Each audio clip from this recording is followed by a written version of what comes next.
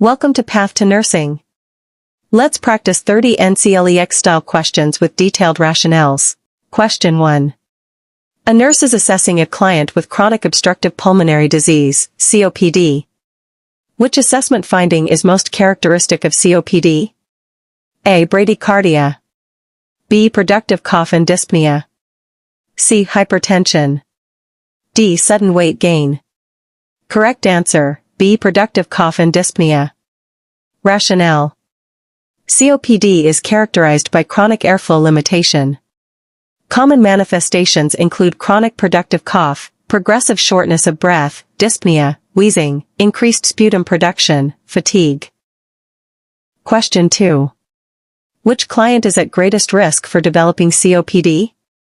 A. A 25-year-old who exercises daily. B. A 68-year-old with a 40-pack-year smoking history. C. A healthy teenager. D. A client with seasonal allergies. Correct answer, B. A 68-year-old with a 40-pack-year smoking history. Rationale. Cigarette smoking is the leading cause of COPD. Other risk factors include occupational dust exposure, air pollution, secondhand smoke, and alpha-1 antitrypsin deficiency. Question 3. A client with asthma reports chest tightness and wheezing. Which medication should the nurse administer first? A. Fluticasone. B. Albuterol. C. Prednisone. D. Monteliacast. Correct answer, B. Albuterol. Rationale. Albuterol is a short-acting beta-2 agonist, SATA, used as a rescue medication during acute asthma attacks because it quickly relaxes bronchial smooth muscle and improves airflow. Question 4.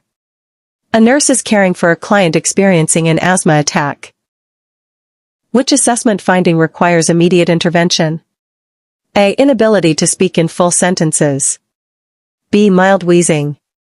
C. Respiratory rate of 20 breaths/min. D. Oxygen saturation of 97%. Correct answer, A. Inability to speak in full sentences. Rationale. Difficulty speaking in full sentences indicates severe respiratory distress and possible impending respiratory failure. Immediate treatment is required. Question 5, SATA. A nurse is teaching a client with COPD about smoking cessation. Which statements are appropriate? Select all that apply. A. Quitting smoking slows disease progression. B. Smoking cessation reduces future exacerbations. C. Lung damage is completely reversed after quitting. D. Quitting smoking improves overall health. E. Smoking has no effect once COPD develops. Correct answers, A, B, D. Rationale. Smoking cessation slows the progression of COPD, reduces exacerbations, improves overall health and survival. Existing lung damage cannot be completely reversed, but quitting smoking significantly improves outcomes. Question 6. A client with COPD is receiving oxygen therapy. Which oxygen saturation should the nurse generally aim to maintain unless otherwise prescribed? A. 88% to 92%. B. 70% to 75%. C. 96% to 100% for every client. D. Below 85%. Correct answer, A. 88% to 92%. Rationale.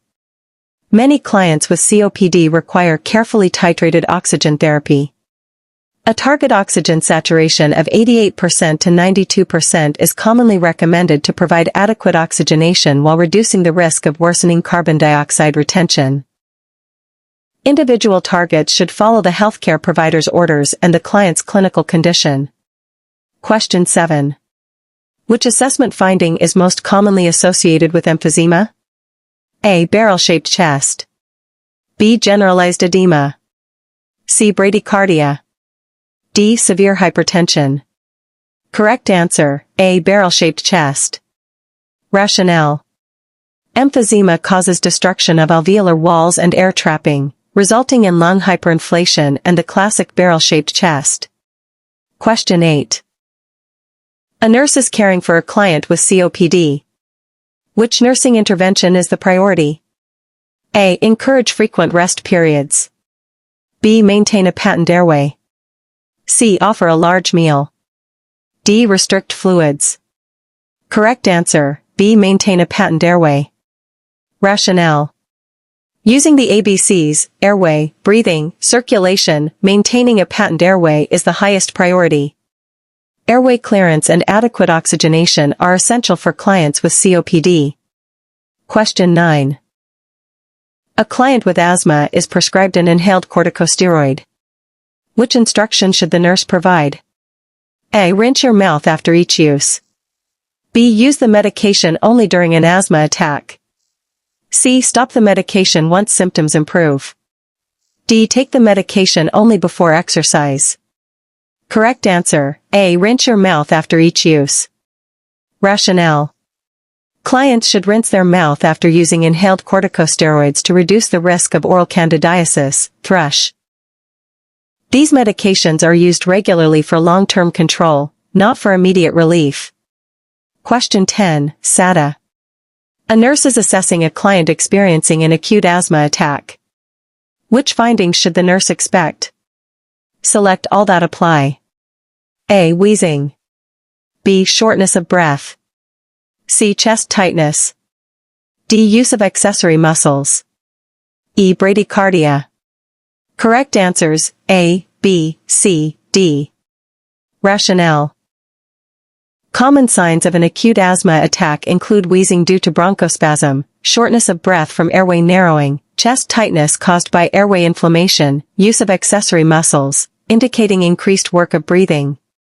Bradycardia is not a typical finding. Clients are more likely to have tachycardia because of hypoxia and the increased effort required to breathe. Question 11. A client with COPD is prescribed pursed lip breathing. What is the primary purpose of this technique? A. Increase respiratory rate. B. Prevent airway collapse during exhalation. C. Increase oxygen consumption. D. Strengthen chest muscles. Correct answer, B. Prevent airway collapse during exhalation. Rationale. Pursed lip breathing prolongs exhalation, reduces air trapping and prevents collapse of the small airways. It improves gas exchange and decreases shortness of breath in clients with COPD. Question 12. A nurse is caring for a client experiencing an acute asthma attack. Which medication should be administered first? A. Fluticasone. B. Albuterol. C. Monteliacast. D. Prednisone. Correct answer, B. Albuterol. Rationale.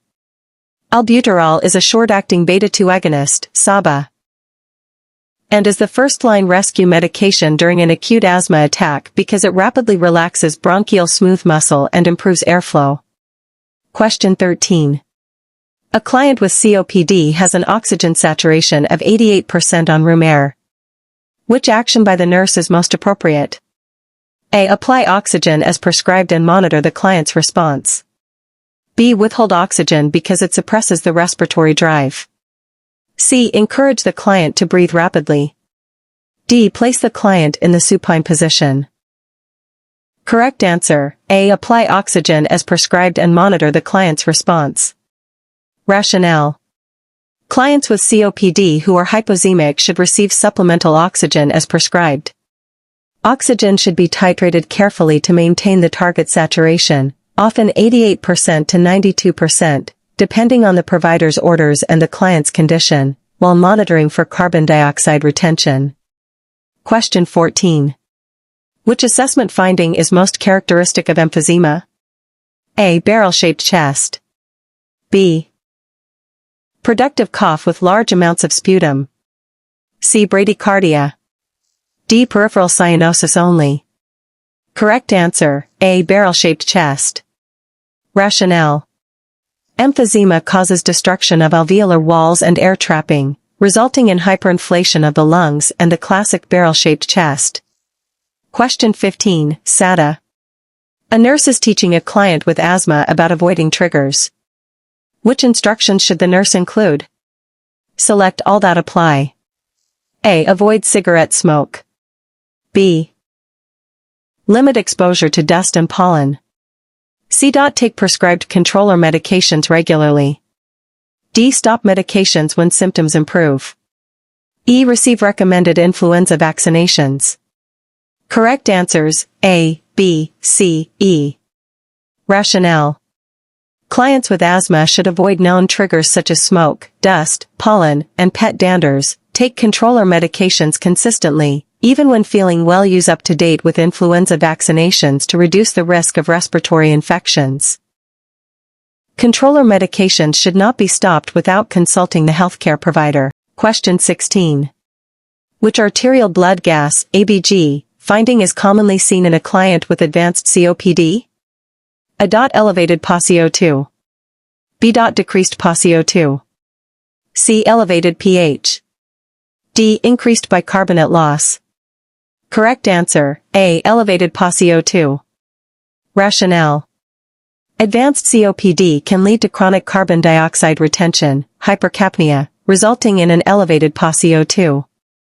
Over time, the kidneys compensate by retaining bicarbonate. Question 17. A client with asthma says, "I only use my inhaled corticosteroid when I feel short of breath." Which response by the nurse is best? A. That's the correct way to use it. B. Inhaled corticosteroids should be used regularly to prevent symptoms. C. Only use it during severe asthma attacks. D. You should stop taking it if you don't have symptoms. Correct answer: B. Inhaled corticosteroids should be used regularly to prevent symptoms. Rationale. Inhaled corticosteroids are maintenance medications used daily to reduce airway inflammation and prevent asthma exacerbations. They are not rescue medications.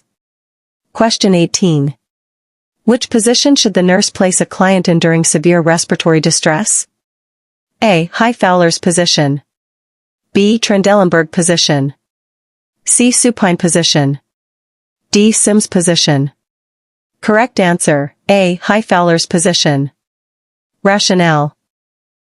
High Fowler's position maximizes lung expansion, decreases the work of breathing, and improves ventilation in clients experiencing respiratory distress. Question 19. A client with COPD is receiving oxygen therapy. Which assessment finding indicates that the therapy is effective? A. Oxygen saturation increases from 86% to 91%. B. Increased use of accessory muscles. C. Increased restlessness. D. Worsening cyanosis. Correct answer: A. Oxygen saturation increases from 86% to 91%. Rationale. An improvement in oxygen saturation and clinical status indicates effective oxygen therapy. The nurse should also assess respiratory effort, mental status, and breath sounds. Question 20. SATA. A nurse is preparing a client with COPD for discharge. Which teaching should the nurse include? Select all that apply.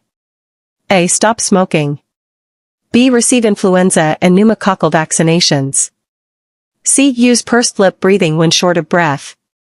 D. Take medications exactly as prescribed. E. Avoid all physical activity permanently. Correct answers: A, B, C, D. Rationale. Discharge teaching for COPD should include smoking cessation to slow disease progression, annual influenza and recommended pneumococcal vaccinations, pursed lip breathing to reduce dyspnea, medication adherence, including inhalers and other prescribed therapies. Clients are encouraged to remain physically active within their tolerance. Exercise and pulmonary rehabilitation can improve endurance and quality of life, so permanent avoidance of physical activity is not recommended. Question 21. A client with COPD is admitted with increasing shortness of breath, confusion, and drowsiness. Which assessment finding should the nurse recognize as the priority? A. Oxygen saturation of 84%. B. Dry skin. C. Heart rate of 82 beats/min. D. Mild ankle edema. Correct answer: A. Oxygen saturation of 84%. Rationale. An oxygen saturation of 84% indicates significant hypoxemia and requires immediate intervention. Airway and breathing are the highest priorities according to the ABCs: airway, breathing, circulation. Supplemental oxygen should be administered as prescribed while the client is closely monitored. Question 22. A client with asthma suddenly becomes extremely short of breath and is unable to speak in full sentences. What is the nurse's priority action? A. Administer the prescribed rescue bronchodilator immediately. B. Encourage the client to drink water. C. Place the client in the supine position. D. Delay treatment until the provider arrives. Correct answer: A. Administer the prescribed rescue bronchodilator immediately. Rationale. An inability to speak in full sentences is a sign of severe respiratory distress. Rapid administration of a short-acting bronchodilator such as albuterol is the priority intervention while additional emergency care is initiated. Question 23. Which assessment finding indicates that an asthma exacerbation is improving? A. Decreased wheezing and improved oxygen saturation. B. Increasing use of accessory muscles. C. Increasing respiratory distress. D. Persistent inability to speak. Correct answer: A. Decreased wheezing and improved oxygen saturation. Rationale. Improvement in oxygenation, easier breathing, and reduced wheezing indicate that treatment is effective. The nurse should continue to monitor respiratory status and oxygen saturation. Question 24. The nurse is teaching a client how to use a metered dose inhaler, MDI. Which instruction is correct? A. Shake the inhaler before each use. B. Exhale after pressing the inhaler. C. Breathe rapidly while inhaling the medication. D. Swallow the medication immediately. Correct answer: A. Shake the inhaler before each use. Rationale. Correct MDI technique includes shake the inhaler before use, exhale fully before inhalation, press the inhaler while inhaling slowly and deeply, hold the breath for about 10 seconds after inhalation. Proper technique helps ensure the medication reaches the lungs. Question 25, SATA. A nurse is caring for a client with COPD. Which interventions are appropriate? Select all that apply. A. Encourage pursed lip breathing. B. Administer prescribed bronchodilators. C. Encourage smoking cessation. D. Monitor oxygen saturation. E. Restrict fluid intake unless prescribed. Correct answers: A, B, C, D. Rationale. Adequate hydration is generally encouraged to help thin respiratory secretions unless there is a medical reason to restrict fluids. Question 26.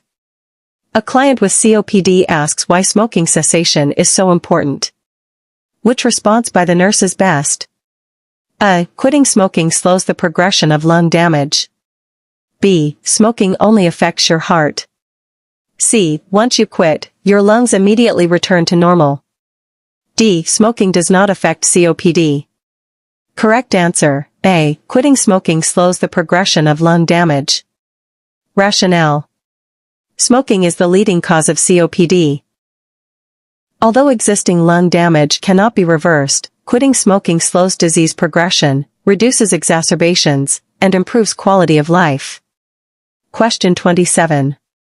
A client with asthma is prescribed both albuterol and fluticasone inhalers. Which instruction should the nurse provide? A. Use albuterol first, then wait a few minutes before using fluticasone. B. Use fluticasone first. C. Use both inhalers at exactly the same time. D. Alternate the inhalers every other day. Correct answer: A. Use albuterol first, then wait a few minutes before using fluticasone. Rationale. The bronchodilator, albuterol, opens the airways first, allowing the corticosteroid, fluticasone, to penetrate deeper into the lungs and work more effectively. Question 28. Which client is at greatest risk for developing COPD? A. A 68-year-old with a 40-pack-year smoking history. B. A healthy 20-year-old athlete. C. A teenager with seasonal allergies. D. A child with a fractured arm. Correct answer: A. A 68-year-old with a 40-pack-year smoking history. Rationale. Long-term cigarette smoking is the strongest risk factor for COPD. Other risk factors include exposure to secondhand smoke, air pollution, occupational dusts, and alpha-1 antitrypsin deficiency. Question 29. A nurse is evaluating the effectiveness of treatment for a client with an acute asthma attack. Which finding indicates improvement? A. Respiratory rate decreases from 34 to 20 breaths/min. B. Increased use of accessory muscles. C. Oxygen saturation decreases from 94% to 88%. D. The client becomes more anxious. Correct answer, A. Respiratory rate decreases from 34 to 20 breaths/min. Rationale. A normalizing respiratory rate, decreased work of breathing, improved oxygen saturation, and clearer breath sounds indicate that treatment is effective. Question 30, SATA. A nurse is preparing a client with asthma for discharge. Which teaching should the nurse include? Select all that apply. A. Carry your rescue inhaler at all times.